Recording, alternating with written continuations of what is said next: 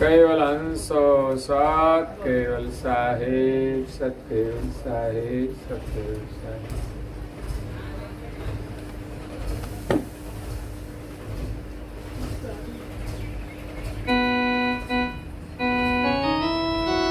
मैं हूँ जात बरन कुल नाती, मैं हूँ पुरुष पिता भई जाते, मैं हूँ पुत्र मोहि ससुर जमाई, मैं हूँ काका भतीजा ममाई.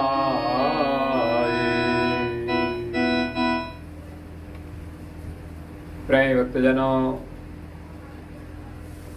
જ્ઞાન સંપ્રદાયના આદ્ય સ્થાપક અનંત બ્રહ્માંડાધીશ કેવલ કર્તાના પરમ વિશેષ અંશ સકર્તા સત કૈવલના મહાદ સજાણ જાણ સ્વરૂપને અનેક ન્યાયો દ્વારા પ્રત્યક્ષ પ્રમાણથી પ્રતિપાદન કરી આપનાર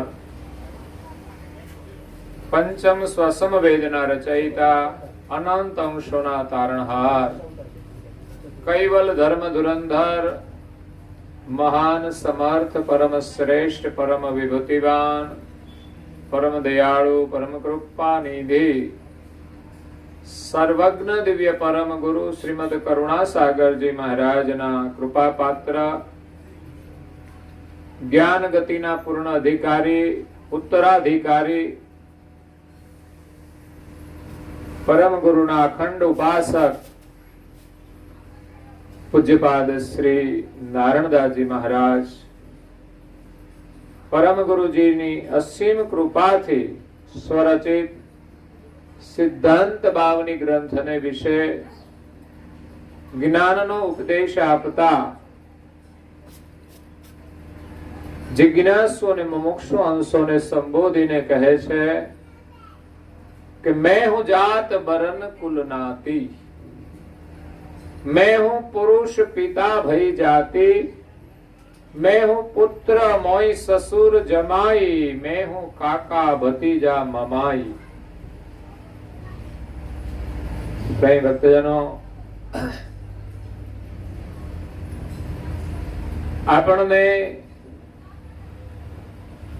અનેક જન્મોથી અજ્ઞાન લાગુ પડેલું છે, જેના કારણે આ શરીરમાં આપણે કોણ છીએ એને વાસ્તવિક રીતે જાણતા નથી. આપણે આ શરીર છીએ એવો ભાવ થઈ ગયો છે. મેં હું જાત બરન કુલ નાતી, મારી જાતિ એ જ હું છું, મારો વર્ણ એ જ હું છું, મારી નાતી એ જ હું છું એવું આપણે માનીએ છીએ. પરંતુ આપણા મનમાં રહેલી જે ભ્રાંતિ છે એને દૂર કરીને હું એક ચૈતન અંશ છું, સર્જનહારનો સનાતન ચૈતન અંશ છું. જાતિ તો સમાજની વ્યવસ્થા છે, પણ આપણે એ નથી. ભલે આપણા સમાજની અંદર આપણે રહેતા હોઈએ, સમાજ સાથે વ્યવહાર ચાલતા હોય, એ સમાજની વ્યવસ્થા છે, પરંતુ એટલેથી આપણે માનવાનું નથી કે આજ આપણી જ્ઞાતિ એ જ હું છું. આપણે બધા જ મનુષ્ય માત્ર નહીં, પ્રાણી માત્ર, વનસ્પતિ, કીટ, બ્રહ્માંડના દેવતાઓ બધા જ માલિકના અંશ છીએ. પણ અજ્ઞાનતાના કારણે આ દેહના સંગે દેહ જેવા થઈ ગયા છે.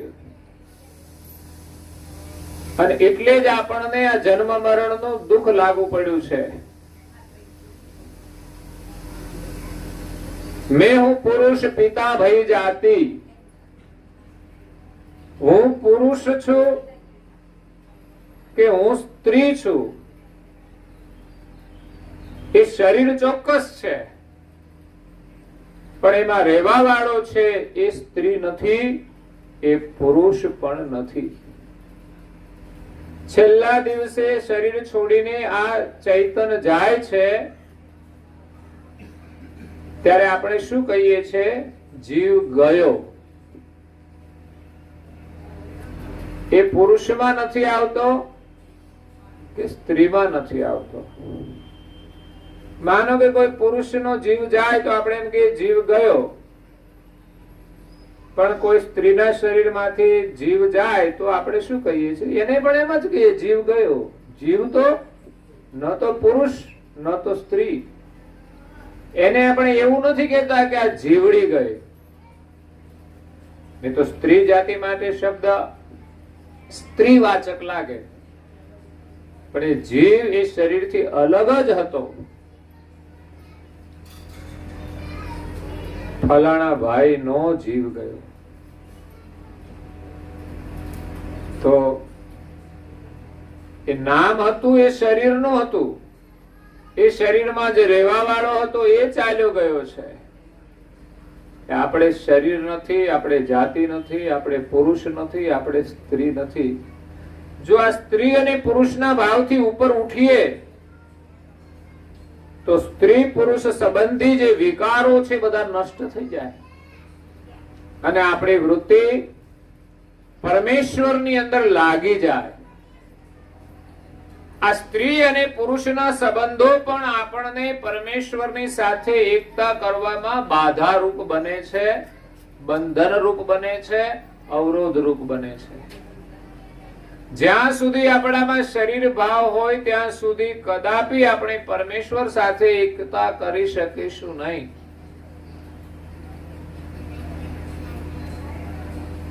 જેમણે જેમણે પ્રભુનું સ્મરણ કર્યું એ દેહને ભૂલી ગયા છે. મીરાબાઈ કૃષ્ણના સ્મરણમાં દેહભાન ભૂલી જતા હતા અને દેહ ભાવથી ક્યારેય કૃષ્ણના દર્શન કરતા નહોતા.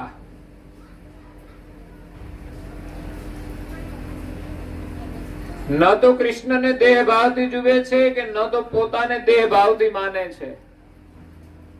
દેહને છોડતા શેષ જે વધે, શરીરને ચલાવનાર હું કોણ છું એની આપણે ઓળખ કરવાની છે. અને કરુણાસાગર બાપજી આપણને એ ચૈતન સ્વરૂપની ઓળખ કરાવવા માટે આવ્યા છે. ચૈતન સ્વરૂપની ઓળખ વિના ક્યારેય આપણે માલિકનું ભજન નહીં કરી શકીએ. માલિકને ઓળખવા હોય તો એક જ નમૂનો આપણા શરીરમાં છે. એ આપણા જેવા બે હાથ વાળા કે બે પગ વાળા નથી, આકાર વાળા નથી. એનું સ્વરૂપ આપણા જેવું ચૈતન છે. આપણા જેવું ચૈતન છે એનો મતલબ એવો નહીં કે આપણા જેવા જ છે. ઓળખવા માટે એક નમૂનો આપણી પાસે સ્વરૂપનો છે કે ચૈતન, પણ આપણે અલ્પ છીએ અને એ મહદ છે. આપણે અલ્પ છીએ અને એ સર્વજ્ઞ છે. આટલો ભેદ છે. જેમ સમુદ્રનું એક બુંદ હોય અને બીજું સમુદ્રનું જે જળ છે એની અંદર સજાતી ગુણ એક સરખો જ હોય. લેબોરેટરીમાં જાય તો એનો ગુણ આવે H2O. વિજ્ઞાન આપણે ભણીએ તો સજાતી ગુણ ધર્મ એક સરખો, પણ એની અંદર સામર્થ્ય સરખું નથી હોતું. એક બુંદથી કદાચ ચકલીની પણ પ્યાસ ન બુજાય. જ્યારે સમુદ્ર તો કેટલું બધું પાણી ભરેલું છે, એના દ્વારા અનેક સારી સૃષ્ટિના જીવોનું પોષણ કરે છે. ભલે આપણે સીધું સમુદ્રનું પાણી ન પીતા હોઈએ, પણ સમુદ્ર થકી જ વરસાદ આવે છે અને કેટલું બધું પાણી પડે છે. તો વનસ્પતિ જાતિને કેટલું પાણી જોઈએ. પ્રાણી, પશુ, પંખી, મનુષ્ય, જો કે બધાના કરતા મનુષ્ય વધુ વાપરતો હશે, વાપરવા કરતા બગાડતો હશે વધારે. એટલે એ સમુદ્ર બધાનું પોષણ કરે, પણ એક બૂંદ એનાથી જે અલગ હોય એ તો કદાચ તાપ પડે ને તો ઝાકળના બિંદુ જેમ બાષ્પીભવન થઈ જાય, એમ આપણે બધા બાષ્પીભવન થઈ જઈએ. એટલે આપણામાં સામર્થ્ય માલિક જેટલું નથી, પણ માલિકને ઓળખવા હોય તો આપણા સ્વરૂપને પહેલા ઓળખવું પડે કે આપણે કોણ છીએ. અને કરુણાસાગર બાપજી એ સ્વરૂપનો લક્ષ્ય લઈને આવ્યા છે. પ્રભાત પદ 10 ની અંદર કે છે, ભરમ તજી ભાવ ધરો એ ભૂરચા માનવી જાનવે ગુરુ લક્ષણ જીલો જ્ઞાન ગંગા તણો પરસતા પારખો અંગ ઉજ્યોતય પરમ બોલો હે ભરમ તજી ભરમ તજી અને ભાવ ધારણ કરો. આ બધી મનની જે ભ્રમણાઓ છે, હું આ છું, હું તે છું, એને લઈને ઘરમાં સમસ્યાઓ ઊભી થાય છે. પુરુષ એમ જ માનતો હોય છે કે ઘરનો ધણી હું છું, એટલે હું કહું એમ જ બધાય કરવાનું. તો એ અહમ લઈને જીવશે તો ઘરમાં એનું હાલશે તો નહીં, પણ ઘરમાં શાંતિ નહીં રહે. આ સંબંધ છે એની પણ ફરજ હોય છે, પણ અહમ લઈને જયારે ફરતા હોય ત્યારે એને એમ થાય કે બસ હું કહું એમ ઘરમાં થવું જ જોઈએ. તો પત્નીને પણ એમ ના થાય કે હું આ ઘરની માલકીન છું, તો હું કહું એમ પણ બધા કરવા જોઈએ. તો શરીર ભાવમાં આવ્યા કે અહમ ભાવની અંદર આવ્યા તો ઝઘડાનું સર્જન થશે. પણ આપણે ચૈતન્ય છીએ અને શરીર સંબંધની દ્રષ્ટિએ આપણી ફરજ આપણે નિભાવીએ તો મુશ્કેલી ના આવે. પણ જેટલા આપણે શરીર ભાવમાં વર્તમાન કરીએ છીએ એટલા કંઈક ને કંઈક ઝઘડાઓ ઉભા થાય છે. તો બધી ભ્રમણાઓ છોડી અને પ્રભુની અંદર ભાવ જોડવાનો છે. સંસારનો જે ભાવ છે ને એકબીજા પ્રત્યે મારા તારાનો ભાવ એ છોડી અને પ્રભુમાં એ ભાવ જોડીએ. આપણે બધા પ્રભુના છીએ અને પ્રભુના જયારે આપણે હોઈએ ત્યારે આપણે કોઈ ઉપર દાવો ન કરી શકીએ હું કહું એમ જ થાય. અને સાચી વાત હોય ને તો લોકો તો સામેથી કરે, પણ આપણા દાવા એવા હોય છે કે કોઈ એને સ્વીકારી ના શકે. આપણે શું કરવું જોઈએ એની આપણને ખુદને જ ખબર ન હોય તો પછી બીજા લોકો આપણી વાત સ્વીકારે કેવી રીતે? શું ખાવું એની ખબર છે અને પછી આપણે એમ કહીએ કે હું કહું એમ તમારે બધાએ કરવાનું, એ કઈ રીતે સંભવ બને? પેલા તો તમારે શું કરવાનું એનો પેલા વિચાર કરો. શું ખાવાનું, ઘણાને હું બોલવાનું એ ખબર નથી હોતી. બધી જ બાબતમાં કેવી રીતે આપણે રહેવું જોઈએ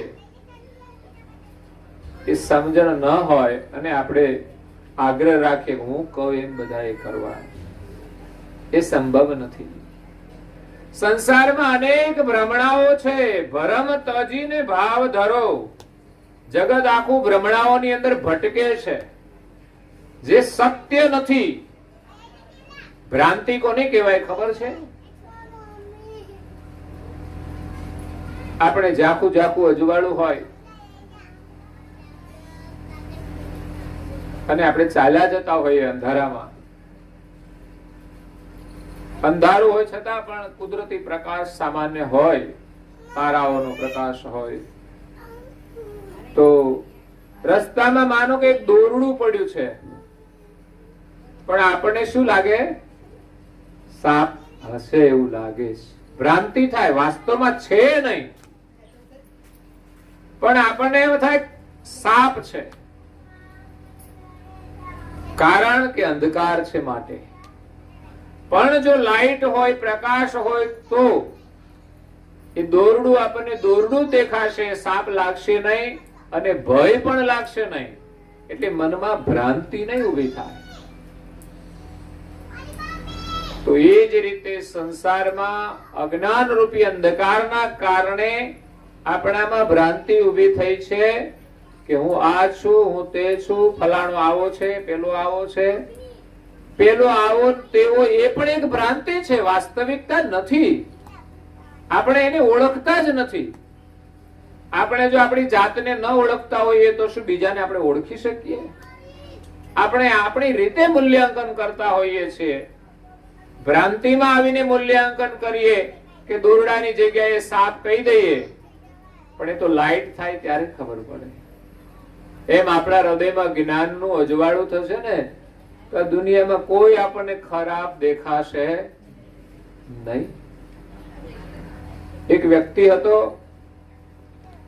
કોઈ મહાત્માના શરણમાં આવ્યો અને કહે છે કે હું બહુ નીચ છું, આપ કૃપા કરીને મારી ઓળખ કરાવો. મહાત્માએ કહ્યું કે આ જગતની અંદર તું નકામામાં નકામી ચીજ હોય ને એ લઈ આવ. ત્યારે વ્યક્તિ શોધવા માટે નીકળે છે.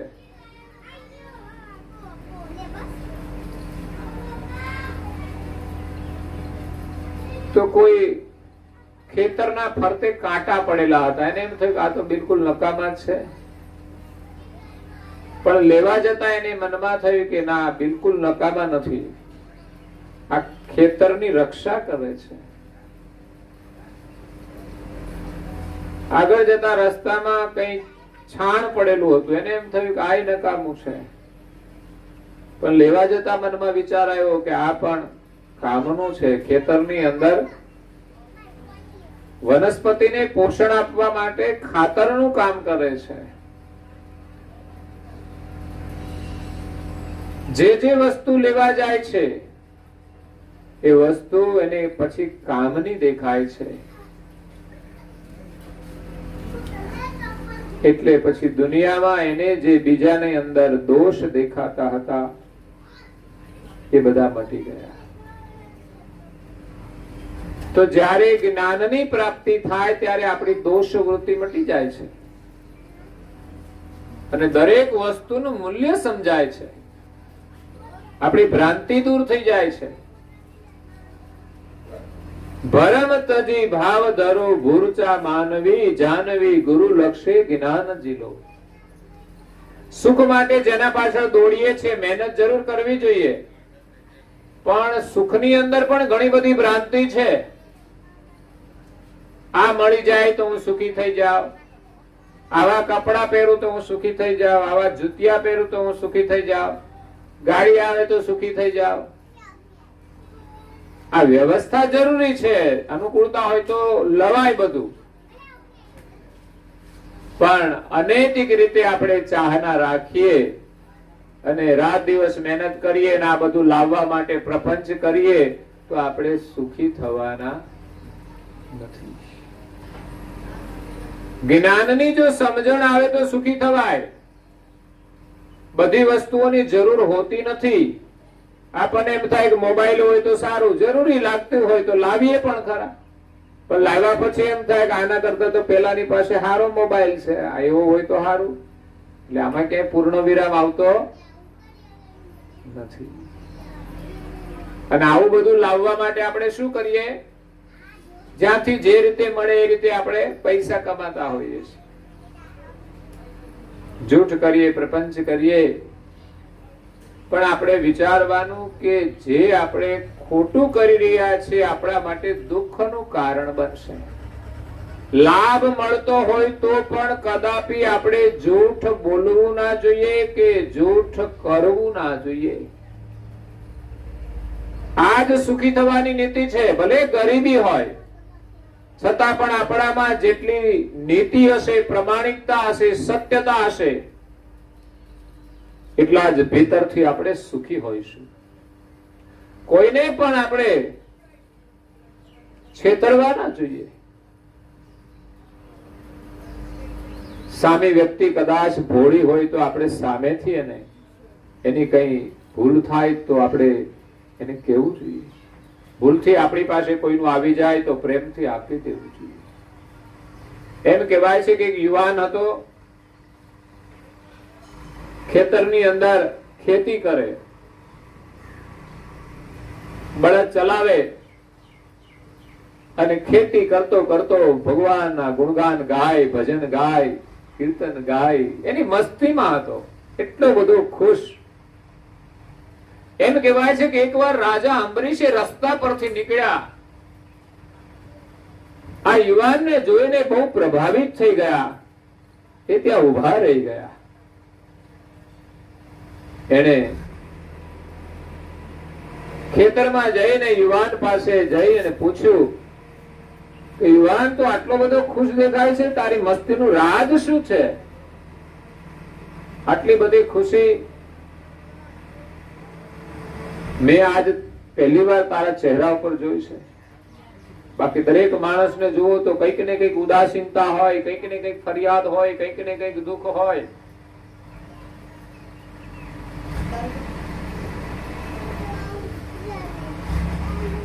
અને સુખી લાગતો હોય તો તમારે કેવું, જરા મારે 1000 રૂપિયાની જરૂર છે, જરા આપજો. પછી એની કથા શરૂ કરશે, તમે જોજો.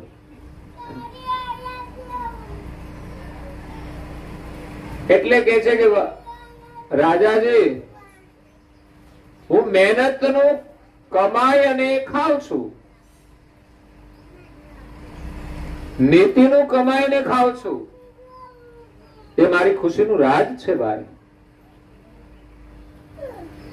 જેમાં અનીતિનું ન આવે એનું ધ્યાન રાખવું જોઈએ. અને બીજું માત્ર કમાઉં છું એટલે સુખી છું એવું નહીં. જે આવે છે ને વેચીને ખાઉં છું. એવું નહીં કે હું કમાવું એટલે આપણે અભિમાન રાખીએ કે આ બધું મારું.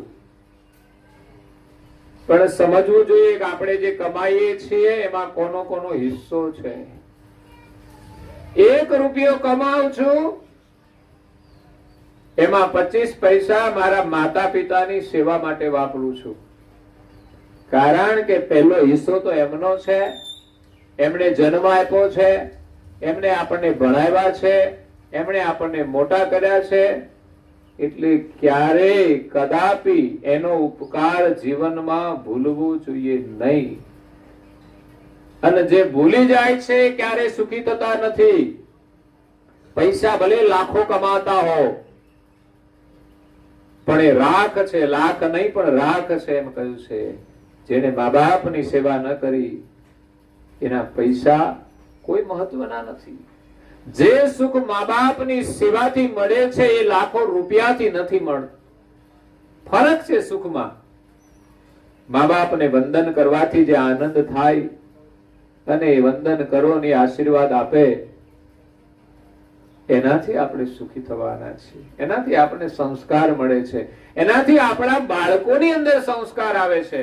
નહીં તો ઘણા લોકો પોતાની બુદ્ધિથી ગયા જન્મનું થોડું ઘણું સુકૃત હોય એટલે ભણ્યા હોય સારું અને બહુ પૈસા કમાય, પછી કદાચ મા બાપની ખબર ન લે, સંભાળ ન રાખે, પછી એના સંતાનો છે ને એ કેવા થાય? મરઘા સાપ. યા તો આપણે જો ગામડાની ભાષામાં કહીએ તો હવાડા ડાટા કાઢે એવા. એ પછી ઉડાડે બધું, એની સંપત્તિ હોય ને સ્વાહા કરી દે. ક્યારેક ધનવાનોને પણ દુઃખ થતું હોય છે કે આપણે પૈસા બહુ કમાઈએ છીએ પણ સંતાનોનું સુખ નથી. એ આપણી આજ્ઞામાં રહેતા નથી. ખરેખર માણસ ગમે તેટલા પૈસા કમાતો હોય, એનો દીકરો એમની એક નાની પણ આજ્ઞા ન પાડે ને એને અંતરમાં બહુ દુઃખ થાય કે આ પૈસા તો છે પણ એક આજ્ઞાંકિત પુત્ર નથી. નોકરો કયા પ્રમાણે કરે પણ દીકરો ન કરે ને તો કોઈ મહત્વ નથી રહેતું. એનું મૂલ્ય કરનાર કોઈ નથી. નોકરો તો મજબૂરીથી કરે છે, મજૂરી કરે છે માટે. બાકી તો આજ્ઞાંકિત દીકરો હોય એના જેવું મા બાપ માટે સુખ નથી. અને આજ્ઞાંકિત જે દીકરો હોય એ દીકરા જેવું કોઈ બીજું સુખ નથી. એટલે યુવાન કહે છે હું મારા મા બાપ માટે 25% સેવામાં મારી આવકમાંથી વાપરું છું. બીજા 25% બાળકોનો ઉછેર કરવા માટે વાપરું છું. પરિવારનું પોષણ કરવું પડે તો બાળકોને મોટા કરવાના, ભણાવવાના, તો 25% એમાં વપરાય છે.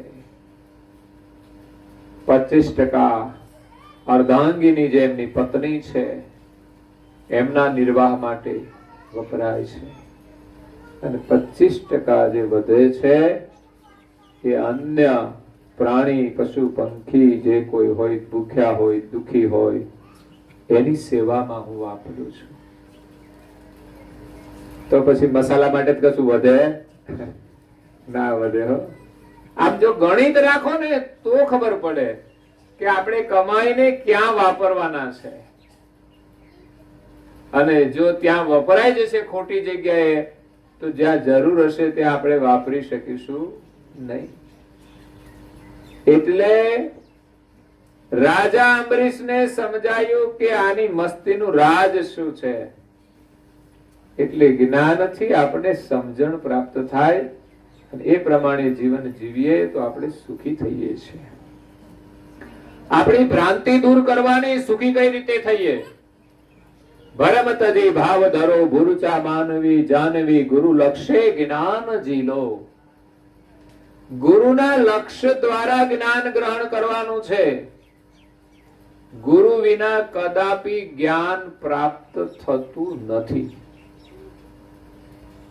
પુસ્તકોનું વાંચન કરીએ તો જાણકારી મળે પણ એ આપણને ઉપયોગી થાય કે નહીં એની કોઈ ગેરંટી નહીં. એમાંથી આપણે કેટલું સ્વીકારીએ એ મહત્વનું છે. પુસ્તકો વાંચવાથી જાણકારી મળે પણ બધું આપણે ગ્રહણ નથી કરી શકતા. કારણ કે ગુરુની કૃપા વિના આપણે જ્ઞાનને ગ્રહણ નથી કરી શકતા, આચરણમાં લઈ શકતા નથી.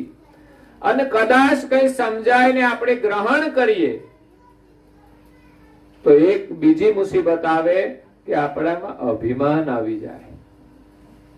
જ્યારે ગુરુની કૃપાથી જે જ્ઞાન આવે છે એ આપણા વ્યવહારમાં પચી જાય છે. નહીં તો ખાવાનું તો મળે આપણને પણ પચે નહીં તો શું કામનું? એમ જ્ઞાન પણ પચવું જોઈએ.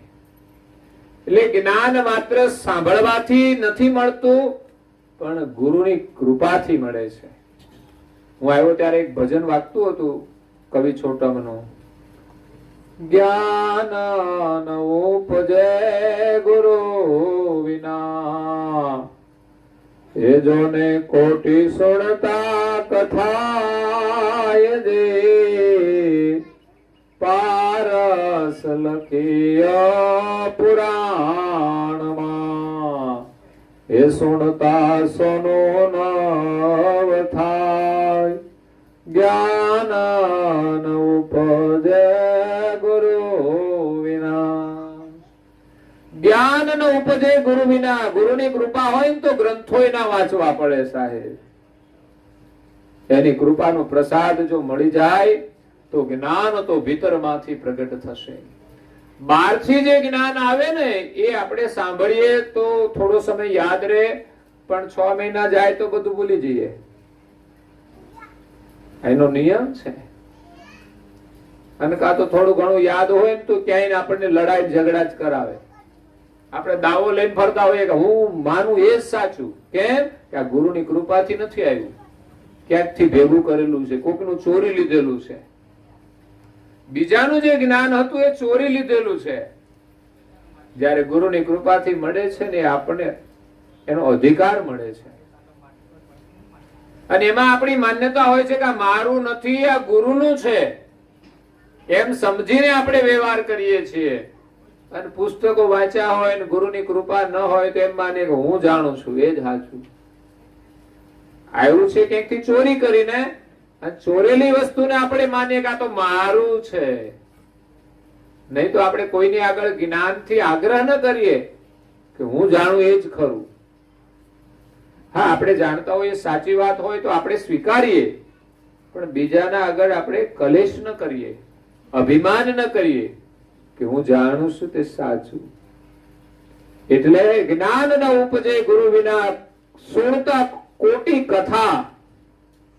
સત્સંગ એ બહુ જરૂરી વસ્તુ છે, પણ ગુરુના શરણમાં જવું એ એનાથી વધારે જરૂરી છે. પહેલા તો ગુરુના શરણમાં જઈએ અને પછી કથા શ્રવણ કરીએ તો ચોક્કસ આપણને જ્ઞાનની પ્રાપ્તિ થાય. પારસ લખ્યો પુરાણમાં સુણતા સોનું નવ થાય. માનો કે પુરાણોની અંદર પારસનું વર્ણન આવે, પણ એ પારસનું આપણે વર્ણન સાંભળીએ તો સાંભળવાથી આપણને સોનું પ્રાપ્ત થાય ખરું? કેમ? તો કે પારસનું વર્ણન તો સાંભળ્યું, પણ પારસ મળે તો સોનું થાય. એમ કથા સાંભળીએ માલિકની, પણ માલિક મળે તો આપણું કામ થાય. હા, પારસનો મહિમા સમજાવે કે પારસ કેવો હોય, કે જેના સંગથી લોખંડ સોનું થાય. તો એ પારસને શોધવો પડે, મહેનત કરવી પડે, અને મળી જાય તો આપણું કામ થાય. એમાં જગતની અંદર જ્ઞાન આપણે મેળવવાનું છે, પણ માત્ર સાંભળવાથી જ કામ નહીં થઈ જાય. આપણને આપણે કથા સાંભળી લીધી એટલે કામ પતી ગયું. પણ જે સાંભળ્યું છે તદ અનુસાર આ શરીરમાં આપણે ચૈતન્ય સ્વરૂપની ઓળખ કરવાની છે. એના માટે કોઈક નિયમ પાળવાના છે, એના માટે પુરુષાર્થ કરવાનો છે, એના માટે સેવા કરવાની, એના માટે સ્મરણ, એના માટે ધ્યાન, એના માટે હરિનું નિરંતર સ્મરણ. એટલે જ્ઞાનની પ્રાપ્તિ કરવાની ગુરુની કૃપાથી થતી હોય છે. અંજન વિદ્યાની ઔષધિ આગળ કથી ગયા કોઈ. આગળ કોઈ વર્ણન કર્યું વિદ્યાઓનું કે આ વિદ્યા પ્રાપ્ત થાય તો આપણું કામ થાય. પણ એ વિદ્યાનું જે વર્ણન કર્યું છે એનો આપણે રોજ પાઠ કરીએ તો આપણું કામ થતું નથી. પણ એ વિદ્યાની જો પ્રાપ્તિ થાય તો આપણું ચોક્કસ કામ થાય. નિર્મળ નેત્ર ન થાય. માત્ર એનો પાઠ કરવાથી આપણી દ્રષ્ટિ નિર્મળ થતી નથી.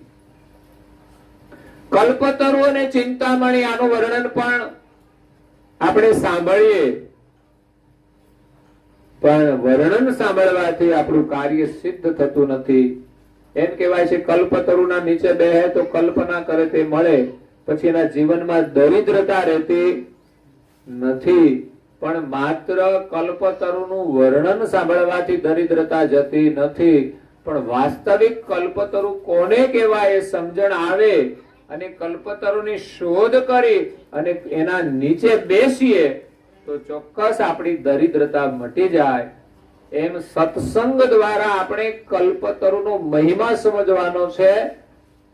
એમ સત્સંગ દ્વારા કલ્પતરુ સમાન કે એનાથી પણ અધિક જે પરમ ગુરુ છે, કરુણાના સાગર છે, જીવોનું કલ્યાણ કરવા માટે આવ્યા છે, જગતના જીવોને જ્ઞાન આપવા માટે આવ્યા છે, તેવા પરમ ગુરુની ઓળખ કરી અને એની છાયામાં જો આપણે બેસીએ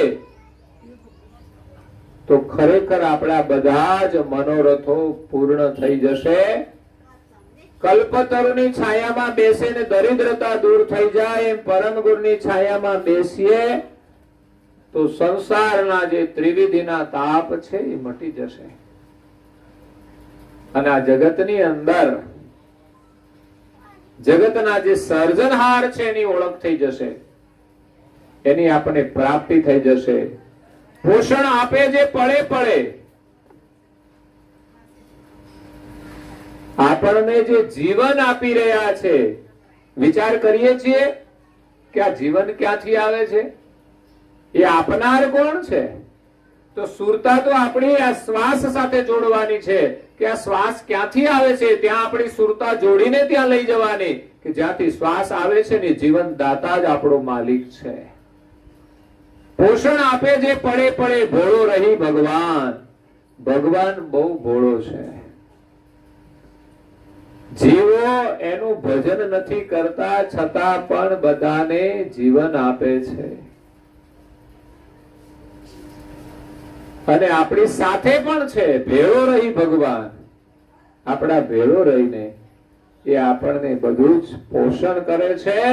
એ પ્રભુને જો ઓળખે, જાતે હોય ગુણવંત, એ પ્રભુને આપણે ઓળખવાના છે જે ગુણના સાગર છે, ગુણવાન છે. એના ગુણોનો કોઈ પાર ન પામી શકાય એવા પરમેશ્વર નો સંદેશ લઈને કરુણાના સાગર પરમ ગુરુ આ વિશ્વમાં પ્રગટ થયા છે. જાણી કથાઓ જગતમાં તેનો સમજવો સાર.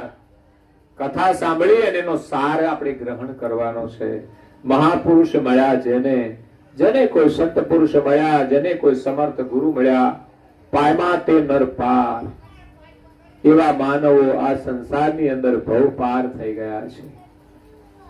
જ્ઞાનની પ્રાપ્તિ થાય કોઈ મહાપુરુષ દ્વારા અને એમની કૃપાથી અનેક લોકો ભવ પાર થઈ ગયા છે.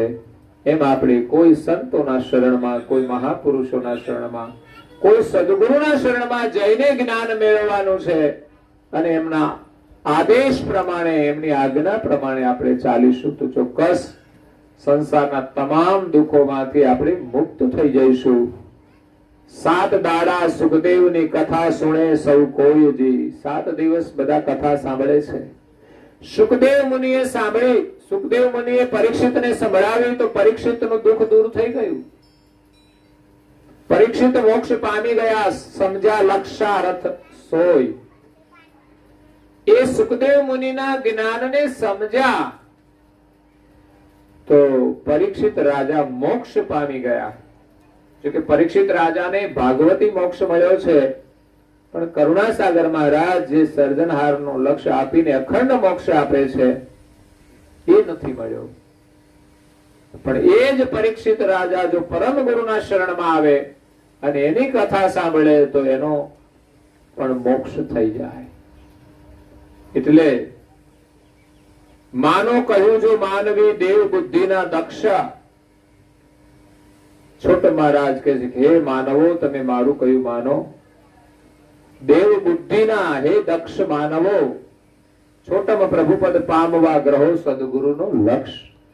એટલે સાર રૂપ એમ કહે છે કે તમે સમર્થ જ્ઞાની પુરુષ હોય એનો લક્ષ્ય ગ્રહણ કરો, એનો ઉપદેશ ગ્રહણ કરો, એમની દીક્ષા ગ્રહણ કરો. એમાં વિશ્વાસ રાખીને તમે ભગવાનનું ભજન કરો.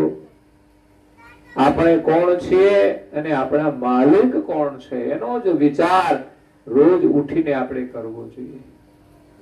આપની જ અંશ કર તારનો લક્ષ્ય જે સદગુરુ અર્થ દે તરત સેલો.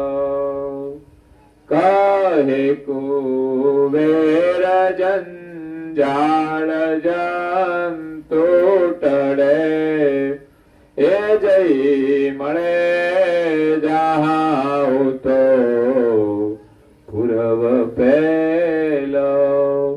હે ભરમતજી ભાવ ધરો ભૂરચા માનવી જાનવી ગુરુ લક્ષે જ્ઞાન જીલો. આપની જ અંશ. આપણે બધા માલિકના અંશ છીએ, કોઈ માલિક નથી. ઘણા લોકો માને છે અહમ બ્રહ્માસ્મિ, આપણે બધા જ પરમેશ્વર છીએ, પણ ભૂલી ગયા આપણને.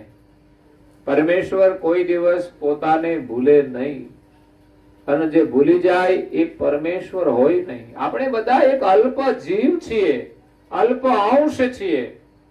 આપની જ અંશ. કરતારનો લક્ષ્ય છે. આપણે માલિક કર્તાના અંશ છે એવું જે લક્ષ્ય આપે.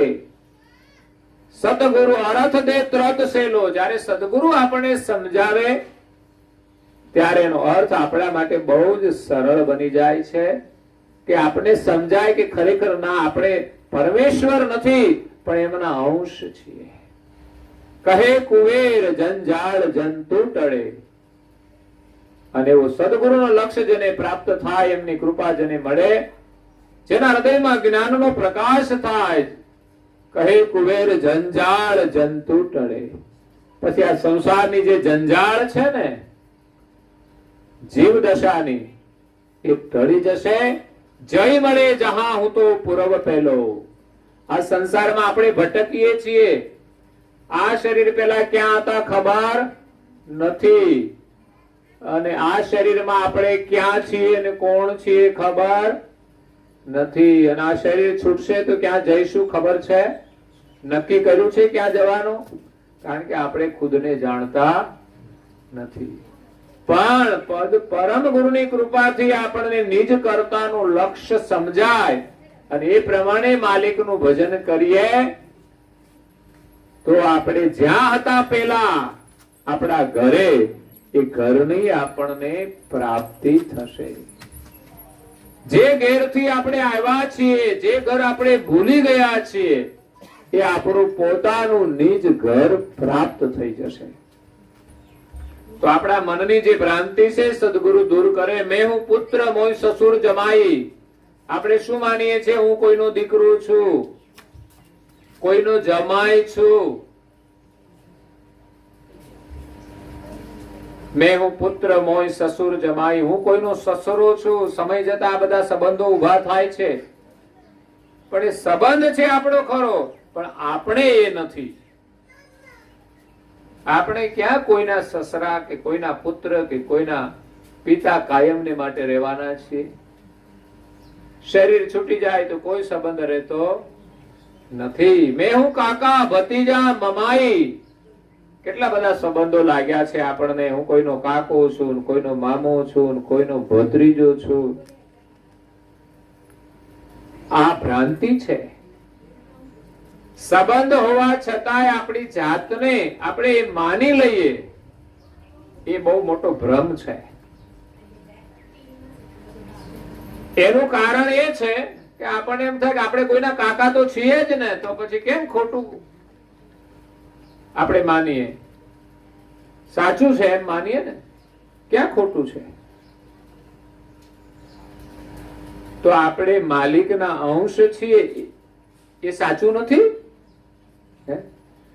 સત્ય તો તે જ છે. દરેક જન્મે આપણે ગમે તે શરીરમાં હોઈએ, પણ આપણે ક્યારેય માલિકના અંશ મટી જવાના, પણ એ વાસ્તવિકતા ભૂલી ગયા અને અહીંયા જે છે માની લીધું. એટલે અહીંના માટે આપણે રડીએ છીએ. કંઈ પણ નુકસાન થઈ જાય થોડું ઘણું તો અહીંયા આપણે રડીએ છીએ, પણ જે થવાનું હોય એ બધું થયા કરે. સહજ રીતે આપણે જીવવાનું છે.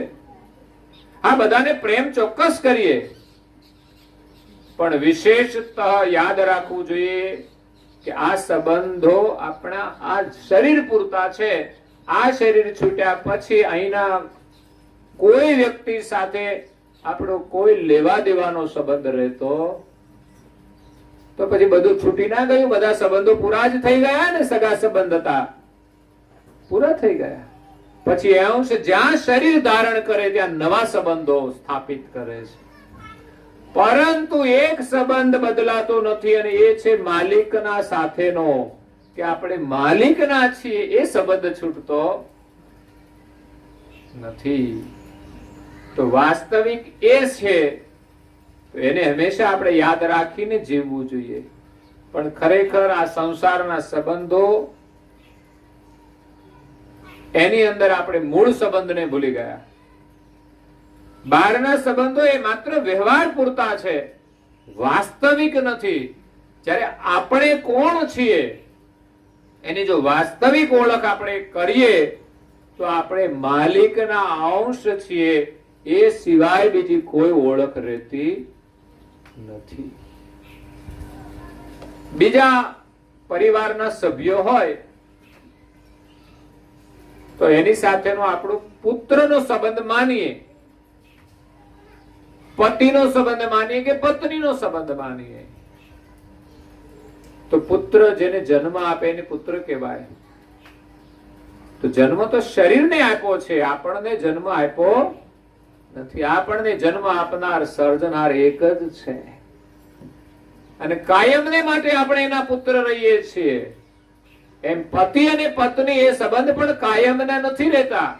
માનો કે કોઈ એમ માને કે હું કોઈનો પતિ છું તો દરેક જન્મમાં એનો પતિ થવો જોઈએ ને. આ તો ભાગશાળી હોય ને સારા કર્મ કર્યા હોય તો ભેગા થાય, બાકી થતા.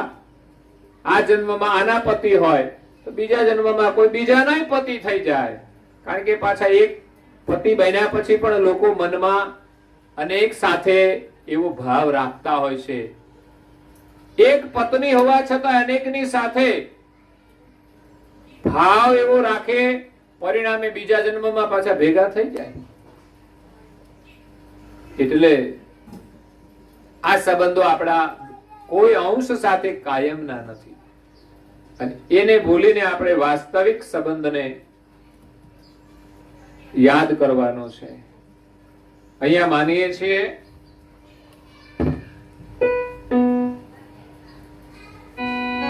હે મેં હું સગા સહોદર સોરા કે ગૌરા હે કેસરી મરકટ છાય પર તલપે ડરત કપી નિજ તન કો ઝલપે. મેં હું સગા, પછી તો કોઈ પણ સગા હોય, અમારા હગા છે, બીજો કોઈ સંબંધ ના હોય તો આ તો અમારા હગા છે. ત્રણ પેઢી ના હોય તો અમારા હગા છે. આજે બધા આવ્યા એ અમારા હગા છે. પણ સમય જતા બધા છૂટા પડી જવાના. ક્યારેક તો હગા હોય પણ ક્યારેક મુશ્કેલી ઊભી થઈ જાય તો હગા પણ મટી જતા હોય છે. સંસારના સંબંધો કઈ પ્રકારની મુશ્કેલીથી પણ છૂટા પડી જાય છે. પતિ પત્ની હોય તોય ભલે, બે ભાઈ હોય તોય ભલે, પિતા પુત્ર હોય તોય ભલે, અને કુદરતના નિયમ અનુસાર આ બધા સંબંધો છૂટી જાય છે. એટલે હું કોઈનો સગો છું, સહોદર. એક ઉદરથી જે જન્મા હોય એને સહોદર કહેવાય. એટલે બે ભાઈઓ. સૌરા મેં હું શ્યામલાલ કે ગૌરા, હું કોઈનો સાળો છું. અહીં તો નારણદાસજી બાપજીએ બધા સંબંધો નું વર્ણન કરી દીધું છે. એ પ્રકારનો ભાવ આપણામાં રહેતો હોય છે. મેં હું શ્યામલાલ કે ગૌરા. સંબંધ પછી આ શરીરનો જે વર્ણ છે એને પણ આપણે માનીએ છીએ કે હું શ્યામ છું કે ગોરો છું. એ પણ આપણામાં એક અસ્મિ રહેતી હોય છે કે હું કેવો, કે આ જેવું શરીર છે, જેવો મારો ફોટો છે, જેવો અરીસામાં જોઉં છું એવો હું છું. પણ આ તો ભાઈ રાખ થઈ જશે સમય જતા. પણ આપણે એનાથી જુદા છીએ. આપણે કાળાઈ નથી ને આપણે ધોળાઈ નથી. આપણે જો સારા કામ કરીએ ને તો સારું, બાકી વર્ણની અસ્મિ છે એ આપણને આ ભવસાગરની અંદર ભટકાવનારી છે. એટલે બહુ એનાથી પ્રભાવિત ન થવું. જેવું શરીર મળ્યું છે, શરીર જો સ્વસ્થ હોય તો સારું, અને એનાથી જો સારા કામ થાય તો સારું, નહીં તો કશા કામનો, ગમે તેટલું રૂપાળું હોય કશા કામનું નથી. અને માનો કે બહુ રૂપાળું છે તો એ શરીરમાંથી ચૈતન ચાલ્યો જશે, પછી શું એને કોઈ શોકેશમાં રાખશે? કશા કામનું જ નથી.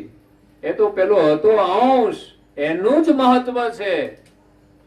તો પછી એના મહત્વને આપણે શરીરમાં હોઈએ ત્યારે મહત્વ સમજવું જોઈએ, એને મહત્વ આપવું જોઈએ.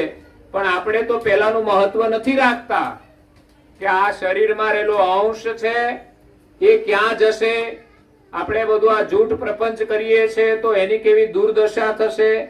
બસ આપણે તો માત્ર ભૌતિક સંગ્રહ વૃત્તિથી, સંપદા માટે, ભોગ માટે મન ફાવે તેમ કરીએ છીએ, પણ વિચાર કરતા નથી પહેલાની દશા શું થશે. હે મનની મોજ કરવા માટે જ કચરો ખાવાનો ને, પછી પેલા ભાઈનું જે થવું હોય તે થાય.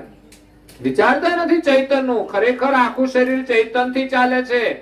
પરિવારની અંદર આનંદ છે ચૈતનથી છે, પણ વસ્તુઓને મહત્વ આપી દીધું. વિચાર તો કરો, ઘરના પરિવારના જે સભ્યો છે એના સંબંધ માટે આપણે ચૈતનને ભૂલી ગયા. અને ક્યારેક ક્યારેક ઘરની વસ્તુઓ હોય ને, વસ્તુઓને એટલું મહત્વ લોકો આપી દે કે ઘરના સભ્યો સાથે લડાઈ થઈ જાય તો પણ વસ્તુનું મહત્વ છોડતા. તો ઘરમાં લડાઈ થઈ જાય, બે સંબંધોની અંદર કડવાશ આવી જાય, તો એનાથી વસ્તુ મહત્વની હોતી. વસ્તુ તો જડ છે, પણ આપણે વસ્તુઓને એટલું મહત્વ આપી દઈએ કે સંબંધોની અંદર દુઃખનું સર્જન થઈ જતું હોય છે. એટલે આ શરીર આપણે નથી. મેં હું શ્યામલાલ કે ગૌરા, કેસરી મરકટ છાઈ પર તલપે, દરત કપી નિજ તનકુ જલપે. એ કેસરી એટલે સિંહ, મરકટ એટલે વાંદરો. મરકટ વાંદરો એક ઝાડ ઉપર બેઠો છે અને અત્યારનો સમય સૂર્યના પ્રકાશથી એનો છાયો જમીન ઉપર પડે છે. એટલે સિંહ આવે એટલે વાંદરા તો નીચે હોય તો ઉપર ચડી જાય ને, ઝાડવા ઉપર, પોતાની રક્ષા માટે. એટલે વાંદરો ઝાડવા ઉપર બેઠો છે, પણ એનો છાયો વાંદરાનો નીચે પડે છે. પણ સિંહ આવ્યો, શું કરે છે? તો વાંદરો તો ઊંચો છે એટલે ત્યાં તો ના પહોંચી જવાય, પણ એને ત્રાપ ક્યાં મારી? એની છાયા ઉપર. જે વાંદરાનો પડછાયો પડે છે ને, વાંદરાનો પડછાયો, એના ઉપર એને ઝપટ મારી અને વાંદરાની નજર પણ એના પડછાયા ઉપર હતી. જેવી ઝપટ મારી સિંહે તો વાંદરો ભયભીત થઈ ગયો. સિંહે મારા ઉપર તરાપ મારી. કેમ? તો કે જે પડછાયો છે એને પોતાનું સ્વરૂપ માની લીધું કે આજ હું છું. અને જેવી સિંહે એના ઉપર તરાપ મારી તો ઝાડવા ઉપર બેઠેલો વાંદરો ભયભીત થઈ ગયો, નીચે પડ્યો. નીચે પડ્યો તો શું થયું? પછી તો સિંહ માટે સરળ થઈ ગયું. આપણે બધા જ આ રીતે કાળના મુખમાં હોમાઈ જઈએ છીએ. આ શરીર આપણું નથી, આપણે શરીર આપણી છાયા છે.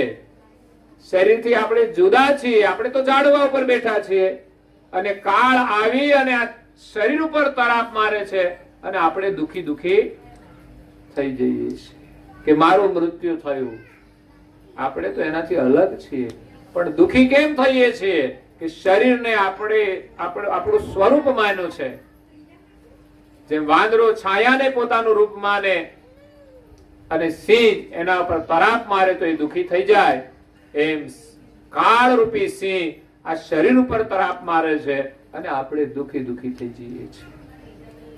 પણ નારણદાસજી બાપજી કહે છે, છાયાતીત ઉનકા હે નિજ રૂપ. વાંદરાનું સ્વરૂપ તો છાયાથી અલગ હતું. એમ માન્યો હોત કે એ તો મારો પડછાયો છે, ભલે ને સિંહને જે કરવું હોય તે કરે, પણ મને કઈ થવાનો એમ આ શરીર ઉપર કાળ ગમે તે કરે પણ મને કશું થવાનું નથી. શરીરને રોગ થાય તો શરીરને થાય, ગરડું થઈ જાય તો શરીર, પણ આપણે તો એમ માને હું ગરડો થઈ ગયો, નથી કેતા? પણ ખરેખર અંદરથી ક્યારેય આપણે ગરડા થવાનો નથી, કારણ કે આપણે ગરડા થતા જ નથી.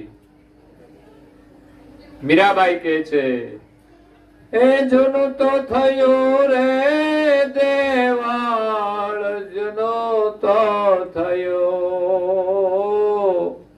મારો હંસલો નાનો ને દેવાળ, એ જૂનું તો થયું. શરીર ભલે જૂનું થઈ ગયું પણ મારો હંસલો તો નાનો છે. જન્મ લીધો ત્યારે જેવો હતો એવો જ શરીર ભલે વૃદ્ધ થઈ ગયો, શરીર બદલાયું છે, પણ એની અંદર આપણે જોડાયા છીએ એટલે આપણા સુખ દુઃખ બદલાયા કરે છે. હું તો ગરડો થઈ ગયો તો રડ્યા કરો, બીજું શું થાય? હે ચહેરો હરીસામ જોઈને રડવાનું કેમ? તો કે હવે તો હું ગરડો થઈ ગયો. કોઈ યાર લડવાનું નહીં, ગરડા થઈ ગયા તો, પણ ગરડા થઈ ગયા પછી પણ શાંતિથી બેસતા નથી. શરીર નથી ચાલતું તો જીભ તો ચાલે છે. અરે એ તો ગરડી જ નથી થતી. ઉંમર થઈ જાય, આંખો નબળી પડે, હાથ નબળા પડે, પણ જીભ તો એવી ને એવી જ. એ તો વધારે જવાન થઈ જાય છે. એટલે શરીરમાં બદલાવ આવે છે. શરીરથી આપણે જુદા છીએ. એ સ્વરૂપની કલ્પના જો કરીશું ને તો શરીરને લઈને જે દુઃખ થાય છે એ આપણને થશે નહીં. નામ રૂપ ગુણ यही सब छाया. જેમ વાંદરાની છાયા હતી, વયે મેં અવયે થઈ ગયો ગુપ. વાંદરો એના પડછાયામાં ખોવાઈ ગયો. એમ આ શરીરમાં રહેનારો જીવ અવય છે, પણ વય વાળા શરીરમાં ખોવાઈ ગયો છે. નામ રૂપ ગુણ यही सब छाया. આપણું જે નામ છે ને એ આપણી છાયા છે. આપણું જે રૂપ એટલે આકૃતિ છે એ છાયા છે. અને આપણું જે ગુણ છે એ પણ છાયા છે, જેને આપણે પોતાનું માની લીધું છે.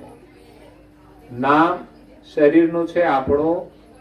આપણું નામ લઈને કોઈને જે કહેવું હોય તે કઈ આપણને દુઃખ થવું જોઈએ, પણ થયા વગર રહેતું. ફલાણા ભાઈ તો આવા છે ને તેવા છે, એટલે આપણા મનમાં ક્રોધ આવશે, દ્વેષ આવશે. તો નામને આપણું માની લીધું છે. નામ ગમે ના પણ ગમે તો લોકો બદલી નાખતા હોય છે. ઘણા લોકો લગ્ન કર્યા પછી આ નામ નથી સારું પત્નીનું, એટલે નામ બીજું રાખી દે. કાં તો છોકરાનું નામ બરાબર ના હોય તો પછી નવું નામ પાડતા હોય છે. જે પાડ્યું છે જ બરાબર, પાડતી વખતે ધ્યાન રાખવું જોઈએ સારું કે નરસું. પણ રજીસ્ટ્રેશન થઈ જાય પછી તો એ જ નામથી કામ ચલાવવું જોઈએ. પણ એમાંય આપણે મમતા જોડાયેલી છે. એટલે નામનો મોહ છે ને. એમ કહેવાય છે કે એક શેઠ હતા, ખૂબ ધનવાન હતા, પણ છતાં પરિવારમાં કોઈ સંતાન નહીં, એટલે દુખી હતા. એટલે સંસારમાં એક જ વસ્તુ મળી જાય તો આપણે સુખી થઈ જાય એવું નહીં. સંપત્તિ ઘણી બધી હોય, લોકો તો એમ માનતા હોય કે આ શેઠ તો સુખી છે, પણ પરિવાર નથી તો દુઃખ છે. બહુ મોટી ઉંમર થઈ, એમને ઘરે દીકરાનો જન્મ થયો અને ખુશી આવી કે અમને એક વારસ મળ્યો. 50 વર્ષની ઉંમરે દીકરાનો જન્મ થયો. તો ઘરમાં આનંદ આનંદ થઈ ગયો. થોડા દિવસ જાય પછી છોકરાનું નામ પાડવામાં આવે. તો એ સમય એવો હતો કે નામ પાડ્યું ઠનઠન પાડ. જો કે આપણે હસવું આવે થોડું, પણ આપણે જોઈએ મરઘાભાઈ એ નામ છે. બોલો, હતા હજુ નામ ચોપડે છે મરઘાભાઈ. એવા ઘણા બધા નામ હસવો આવે એવા જ હોય છે. મફતભાઈ એટલે મફત. હવે અત્યારે કોઈ મફત નામ નહીં રાખે. કેમ તો કે એનું કોઈ મહત્વ જ નહીં. મફતમાં કોઈ પણ વસ્તુ આવે એનું મહત્વ નહીં. એમ નામે મફત હોય તો શું મહત્વ? ઘણા બધા નામો જૂના છે ને, અત્યારે બધા આપણને હસવા આવે એવા લાગે. એમાં ઠનઠન પાડ નામ રાખેલું. છોકરો ધીમે ધીમે ભણી ગણીને મોટો થયો, યુવાન થયો. કોઈ નજીકના ગામમાં એનો સંબંધ કર્યો અને લગ્નનો દિવસ આવ્યો. લગ્નની તારીખ નક્કી થઈ પ્રમાણે એના લગ્ન થયા. અને પેલા તો મા બાપ ગોઠવી દેતા હતા ને સંબંધો, તો એને એ ખબર જ નહોતી કે મારે કોની સાથે લગ્ન કરવાના છે. લગ્ન થાય ત્યારે જ ખબર પડે. એમ લગ્ન થયા. અને લગ્ન વખતે શું છે કે નામ આ થોડું ઠનઠન પાડે એવું લાગતું હતું. એટલે આ લોકોએ હુલામણા નામથી બોલાય ફૂલચંદભાઈ. એટલે સંબંધ કર્યો ત્યાંથી જ ફૂલચંદ ચાલે કે આ અમારા ફૂલચંદ નો સંબંધ કરવાનો છે. જો કદાચ ઠનઠન પાડમાં કઈ ગોઠવાય ના ગોઠવાય. એટલે ઘણી વાર આપણે આવું જ કરતા હોઈએ છીએ કે આવું છે ને આમાં નબળાઈ છે, એટલે એને ઢાંકી અને આપણે વાત કરીએ કે સંબંધ ગોઠવાઈ જાય. થોડું ભણેલો હોય ને તો એમ કે આ તો 10 ચોપડી ભણેલો છે. એટલે લગ્ન થયા પછી બધા મિત્રો એને મળવા આવ્યા, અને મિત્રોને તો એવું કઈ થોડું હોય, એ તો એને જૂના નામથી બોલાવે, એ ઠનઠનિયા એમ કરતા કરતા બધા આવ્યા. એને કહ્યું ઠનઠન કઈ ગયો? પેલી બેન નવી આવેલી કે ઠનઠણ કોણ છે ભાઈ? એને ખબર નહીં ઠનઠણ કોણ. લગ્નના ગીત તો ફૂલચંદ થી ગાયા. એટલે એ ફૂલચંદભાઈ આવ્યા કે આ રહ્યા કે છે. ત્યારે પેલા બેન ને એમ થયું આ ઠનઠન, ઓહો આવું નામ. ઘણી વાર લોકોને નામ પસંદ ના હોય તો સંબંધ છોડી દે. બોલો કે આવા નામમાં આપણે સંબંધ કરવો?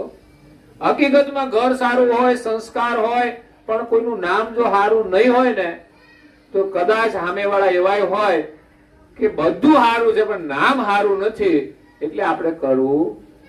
માનો કે અત્યારે જ કોઈ છોકરાનું નામ મરઘાભાઈ હોય તો કોઈ સંબંધ કરશે? હે તો બધું સારું છે પણ આનું આખી જિંદગી તો આજ રહે ને મરઘાભાઈ.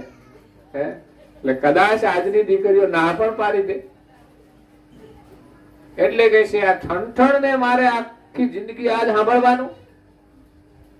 આપણે રહેવું નથી. તરત પોટલું બાંધ્યું કપડાનું ઉપડ્યા.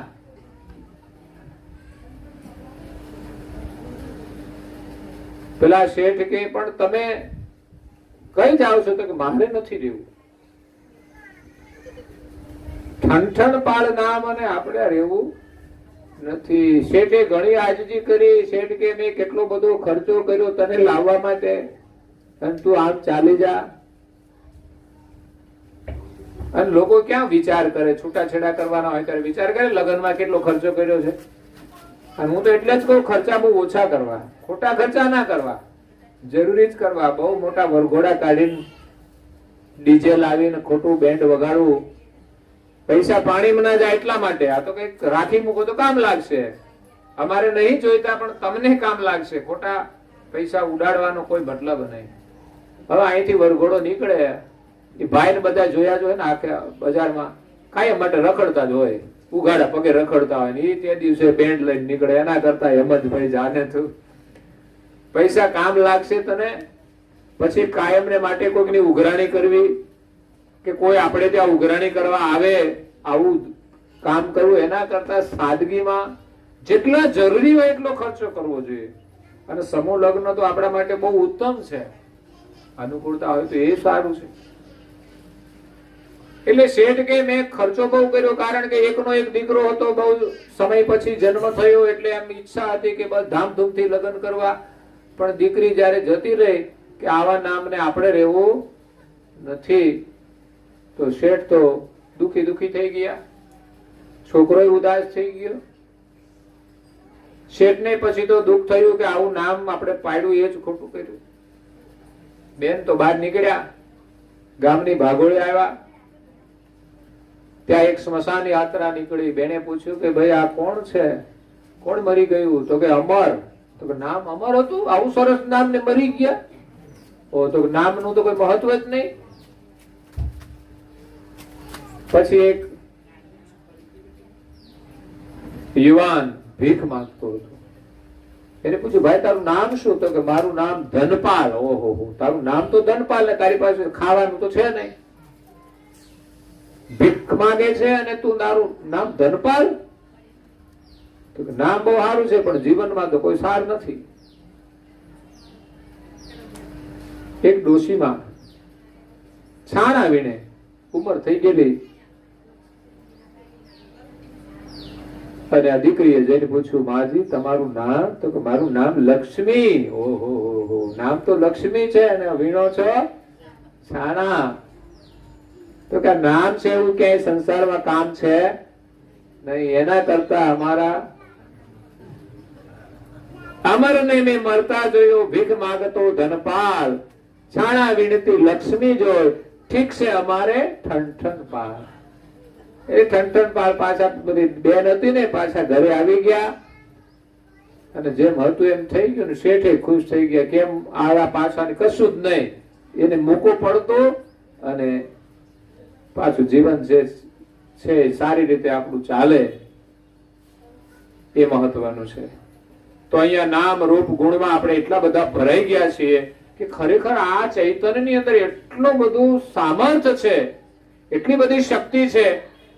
એ શક્તિને આપણે ભૂલી અને આ સંસારમાં દુખી થઈએ છીએ, ભટકીએ છીએ. તો પરમ ગુરુ કરુણાસાગર બાપજી કહે છે કે નામ રૂપ ગુણ મય સબ થઈ ગયા આપણે. હોતા અવયે શરીર વાળા નહોતા, શરીર જેવા નહોતા, પણ શરીર જેવા થઈ ગયા. વય વસતે વિપત ભય ભારી. આ શરીરને વશ થઈ ગયા એટલે મોટામાં મોટું દુઃખ ઊભું થયું. કયું? જન્મ મરણ પ્રગટ ભય ભારી. જન્મવાનું ને મરવાનું દુઃખ ઊભું કર્યું છે. આ દુઃખ કોઈ સામાન્ય નથી.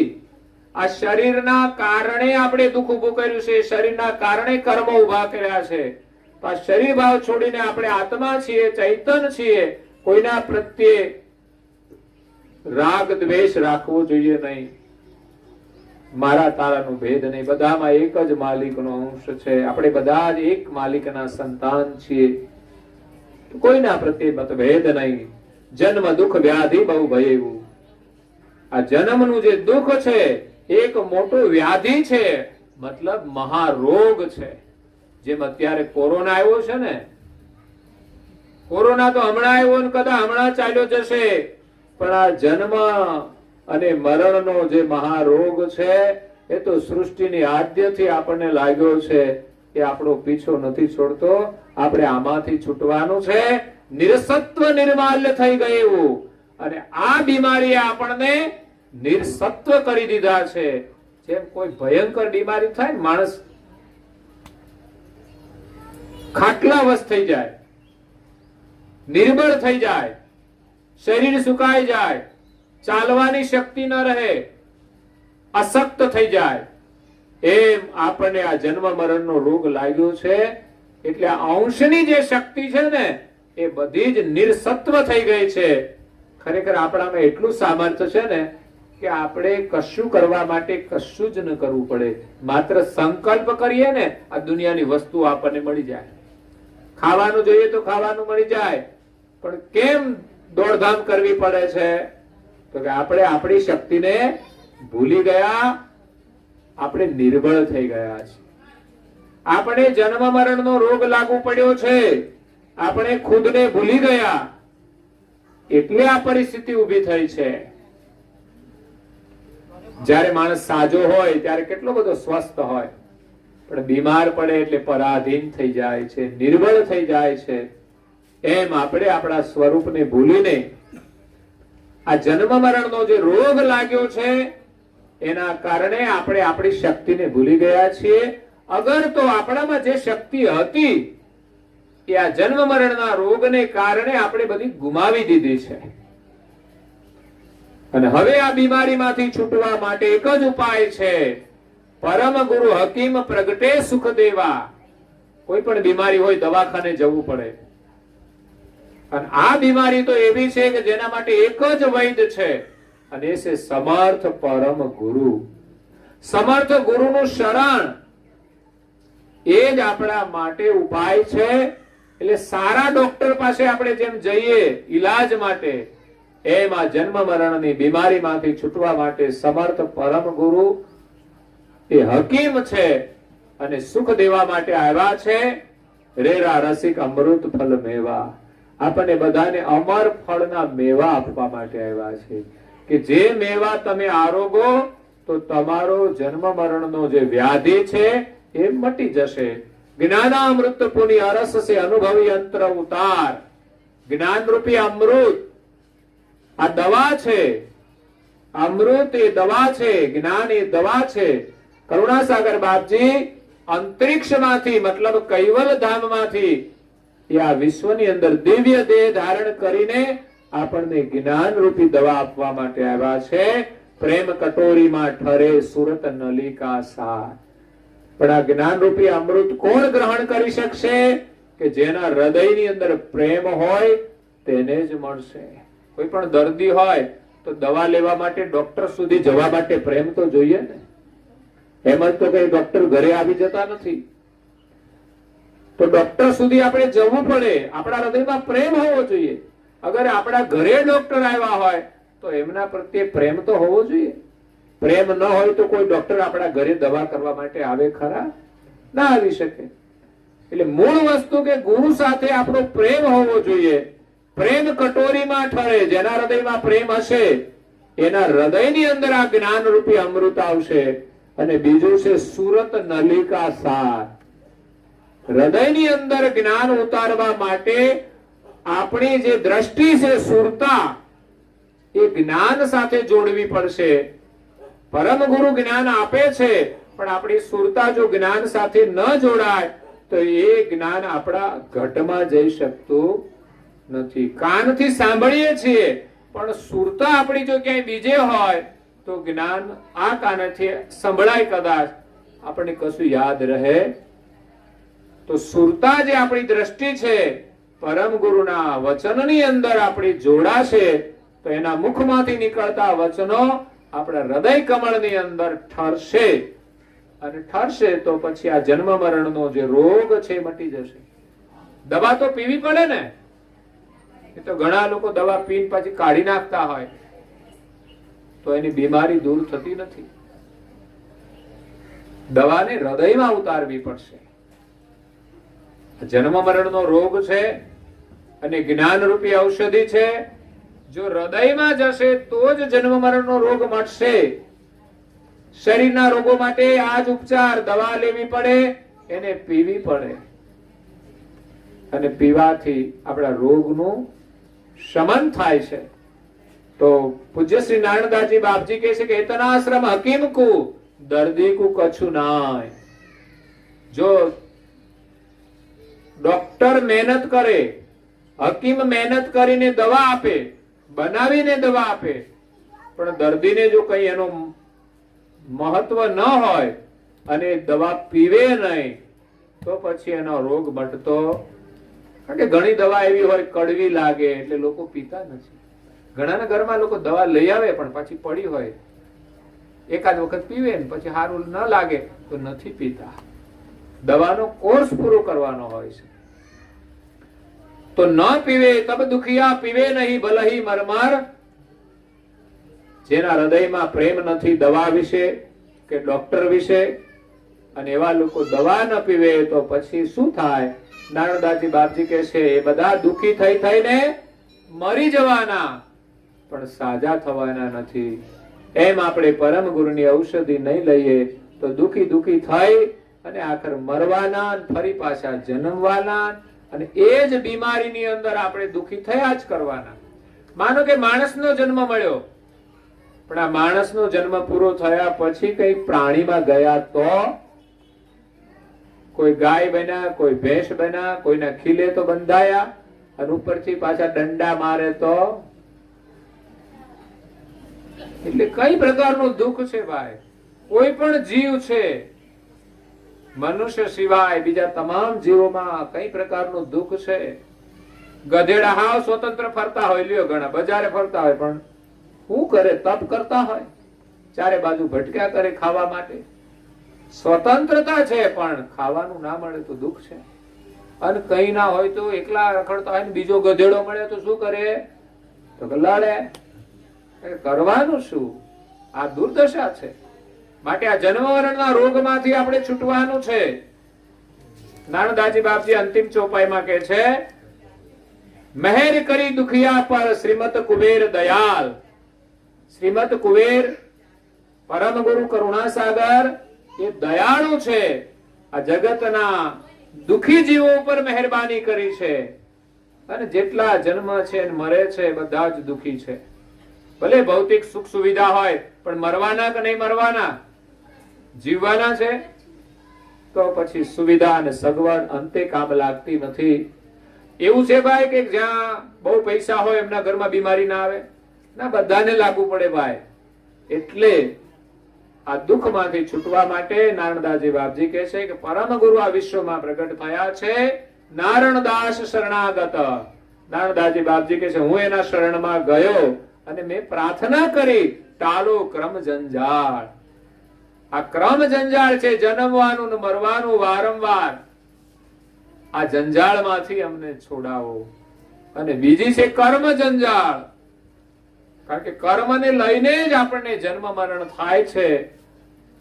તો કર્મ જંજાળમાંથી છૂટવાનું અને ક્રમ જંજાળમાંથી છૂટવાનું, એના માટે સમર્થ પરમ ગુરુના શરણમાં જઈને પ્રાર્થના કરીએ તો આપણને છોડાવે. તો અહીંયા સદગત આત્મા વિનુભાઈ, એની ભાવન સ્મૃતિમાં એમના સુપુત્રો શ્રી હર્ષદભાઈ અને કનુભાઈ સપરિવારની હાર્દિક ભાવનાથી સદગત આત્માને ભાવભીની શ્રદ્ધાંજલિ આપવા માટે આજના પારાયણનું આયોજન છે. તો સત્સંગથી જીવ માત્રનું કલ્યાણ થાય છે. એવો સત્સંગ આજે એમના પરિવાર માટે પણ આશીર્વાદ રૂપ છે. એમના પિતાજી ગયા છે, એમના પાછળ એમણે જે શ્રદ્ધાંજલિ આપી, તો બદલામાં સત્સંગના રૂપમાં જ પરિવારને આશીર્વાદ મળ્યા છે કે એનો હર્ષ ન રહે, ન શોક રહે. એમની સાથેનો જે નાતો હતો એનો ઋણ પૂરું થતા એ અંશ પરિવારને છોડીને ગયા છે, છતાં પણ પરિવાર સાથે એની લાગણીની ભાવના હોય છે, એનો સંબંધ હોય છે કે એના દ્વારા એ કંઈક શુભ કાર્ય કરે. આમ તો વિશેષતઃ તો માનવામાં આવે છે કે એમની હયાતીમાં આપણે જે કંઈ લાભ લઈએ એ પ્રત્યક્ષ લાભ છે. પછી જે કરવાનું એ ઔપચારિક વિધિ હોય અને પરિવારના લાભ માટે હોય છે, સગા સંબંધીઓના લાભ માટે હોય છે. એટલે આજે સત્સંગ પારાયણ કરી અને એમણે એક બહુ મોટું પુણ્ય કાર્ય કર્યું છે. જે પુણ્યના ફલ સ્વરૂપે સદગત આત્માને સાચી શ્રદ્ધાંજલિ મળી જાય અને પરિવારને અને સગા સંબંધીઓને પરમ ગુરુના આશીર્વાદ મળી જાય. પરિવાર સાથેનો જે ઋણાનો સંબંધ હતો એ આવા શુભ કાર્યથી પૂર્ણ થાય. પુનઃ આપણી ભાવના અનુસાર ફરી પાછા જીવાત્માઓ ભેગા થાય. પણ અત્યારે તો એમની સાથે આપણો વિયોગ થયો છે. તો પરમાત્મા એ આત્માને પરમ શાંતિ પ્રદાન કરે એવી આપણે પરમ ગુરુના શરણમાં પ્રાર્થના કરીએ. અને આજની કથાને અહીંયા આપણે વિરામ આપીએ છીએ. અંતમાં વર્તમાન પરિસ્થિતિ આપણે સૌ જાણીએ છીએ. આ તો લોકડાઉન ખુલી ગયું છે, અનલોક થયું છે, એટલે આપણે બધા આવી શક્યા. નહીં તો આપણે સાદગીપૂર્ણ પણ આ વિધિ સંપન્ન કરવાની હોય છે અને કરીએ તો પણ એ વિધિ થઈ જતી હોય છે. એટલે પરિસ્થિતિ અનુસાર આપણે બધા કામ કરવાના હોય છે. તો આ કોરોનાની જે મહામારી છે એનાથી આપણે બધાએ સાવધાન તો રહેવાનું જ. ભલે અનલોક થઈ જાય, સંસારના સંબંધોમાં જવાનું હોય તો પણ જે પ્રકારની સાવચેતી રાખવાની છે તે ચોક્કસ આપણે રાખવાની.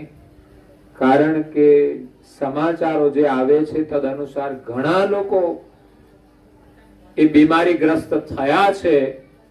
એમ એનો પ્રદૂષણ પણ વધી જ રહ્યું છે.